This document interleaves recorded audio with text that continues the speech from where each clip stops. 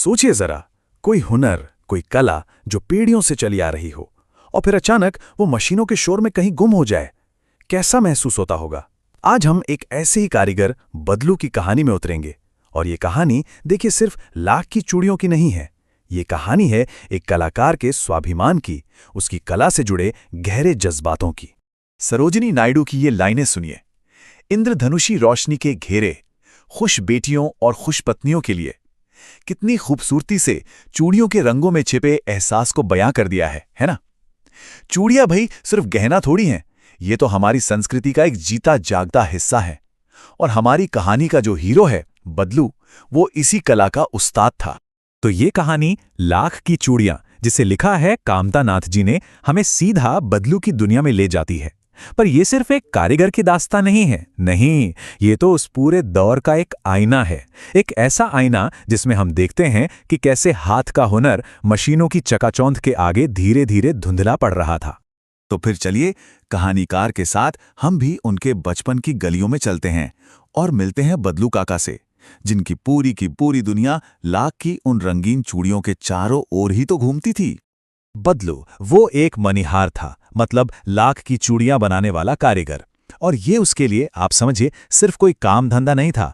ये तो पुरखों की विरासत थी, उसकी अपनी पहचान थी। गांव में तो उसकी बनाई चूड़ियों की ऐसी धूम थी कि पूछिए मत। लगभग हर औरत की कलाई पर आपको बदलू के हुनर की छाप दिख जाती। और जानते हैं, कहानीकार और बदलू काका का रिश्ता भी बड़ा प्यारा था। हर गर्मी की छुट्टी में मिलना तो पक्का ही था, और बदलू काका भी बड़े प्यार से उसे लाख की रंग बिरंगी गोलियां बना कर देते थे। ये रिश्ता ना उस दौर की एक खूबसूरत याद दिलाता है, जब कारीगर का हुनर और उसका प्यार दोनों की कीमत हुआ करती थी। अच्छा, अब ये समझना बड़ा दिलचस्प है कि बदलू अपना व्यापार करता कैसे था, क्योंकि उसके बिजनेस करने का तरीका ही उसके स्वाभिमान और उस जमाने की सादगी को सबसे अच्छे से दिखाता है। देखिए, बदलू अपनी कला को पैसों में नहीं तौलता था, वो वस्तु विनिमय में विश्वास रखता था, जिससे हम बार्टर सिस्टम कहते हैं। मतलब चूड़ियां दो और बदले में अनाज, कपड़े या घर का कोई और जरूरी सामान ले लो। इससे साफ पता चलता है कि उस दौर में ना रिश्तों और जरूरतों की कीमत पैसों से कहीं कहीं ज्यादा थी। और यहीं पर बदलू के स्वाभिमान की असली झलक देखने को मिलती है। वो अपनी कला की कीमत अच्छी तरह जानता था।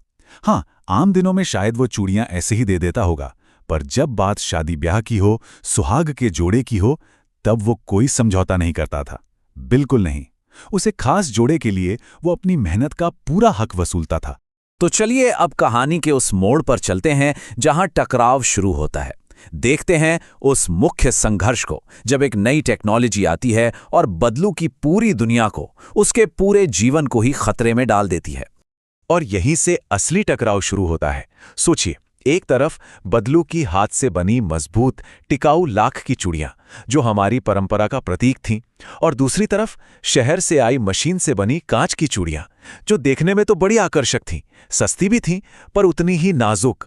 और हुआ ये कि धीरे धीरे कांच के इस नई चमक के आगे हाथ का वो पुराना हुनर फीका पड़ने लगा। कहानी में एक लाइन आती है, मशीनी युग ने कितने हाथ काट दिए हैं। ये इस कहानी की शायद सबसे ताकतवर लाइन है। ये सिर्फ एक वाक्य नहीं है, ये इस बात का प्रतीक है कि मशीनों के आने से बदलू जैसे न जाने कितने कारीगरों का काम छिन गया। उनके रोजगार, उनकी रोजी रोटी का जरिया ही खत्म हो गया। इसके बाद कहानी वक्त में एक लंबी छलांग लगाती है और हमें दिखाती है कि इस बदलाव का असर कितना विनाशकारी था। ये टाइमलाइन उस बहुत बड़े बदलाव को साफ साफ दिखाती है। सोचिए, कहाँ तो एक तरफ बचपन की वो खुशनुमा यादें थीं, जब बदलू का आंगन चूड़ियों की खनक और बच्चों की हंसी से गूंजता रहता था, और कहाँ सालों बाद की ये खामोश सच्चाई, जहां बदलू का काम धंधा बिल्कुल ठप हो चुका था और वो खुद एक हारा हुआ इंसान बनकर रह गया था। जब कई सालों के बाद कहानीकार वापस गांव लौटा, तो उसने क्या देखा? उसने देखा कि बदलू की भट्टी ठंडी पड़ चुकी थी। अपनी कला, अपना हुनर छिन जाने का जो दर्द था ना, वो बदलू को अंदर ही अंदर खा गया था। अब वो पहले वाला हंसता मुस्कुराता कारीगर नहीं था, बल्कि उसकी जगह एक थका हारा बीमार इंसान था। लेकिन इस टूटी हुई हालत में भी एक आखिरी घटना होती है, जो बताती है कि बदलू का शरीर भले ही हार गया हो, पर उसका स्वाभिमान, उसका जज्बा, वो अब भी जिंदा था। कहानी का सबसे भावुक, सबसे मार्मिक पल अब आता है, जब बात होती है लाख की चूड़ियों के उस आखिरी जोड़े की। ये वो खास चूड़ियां थीं जो बदलू ने अपनी सारी कला, सारी मेहनत लगाकर जमींदार की बेटी की शादी के लिए बनाई थी। शायद ये उसकी जिंदगी की आखिरी मास्टरपीस थी। और फिर बदलू का जवाब सुनिए। ये उसके स्वाभिमान का सबसे बड़ा सबूत है। जब जमींदार ने उन बेशकीमती चूड़ियों के बदले बस कुछ आने थमाए, तो बदलू ने वो जोड़ा देने से साफ साफ मना कर दिया। और क्या कहा? शहर से ले आओ। मतलब उसने अपनी कला को, अपने हुनर को इतने सस्ते में बिकने नहीं दिया। हाँ, वो वक्त से हार गया था, पर उसका स्वाभिमान वो नहीं टूटा था।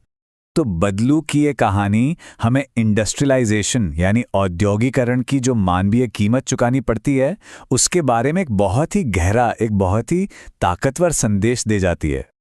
आखिर में बदलू की कहानी हमें एक बड़े सवाल के साथ छोड़ जाती है। सवाल ये कि जब तरक्की की दौड़ में परंपरा और इंसान का हुनर पीछे छूट जाता है, तो इस प्रगति की असली कीमत क्या है?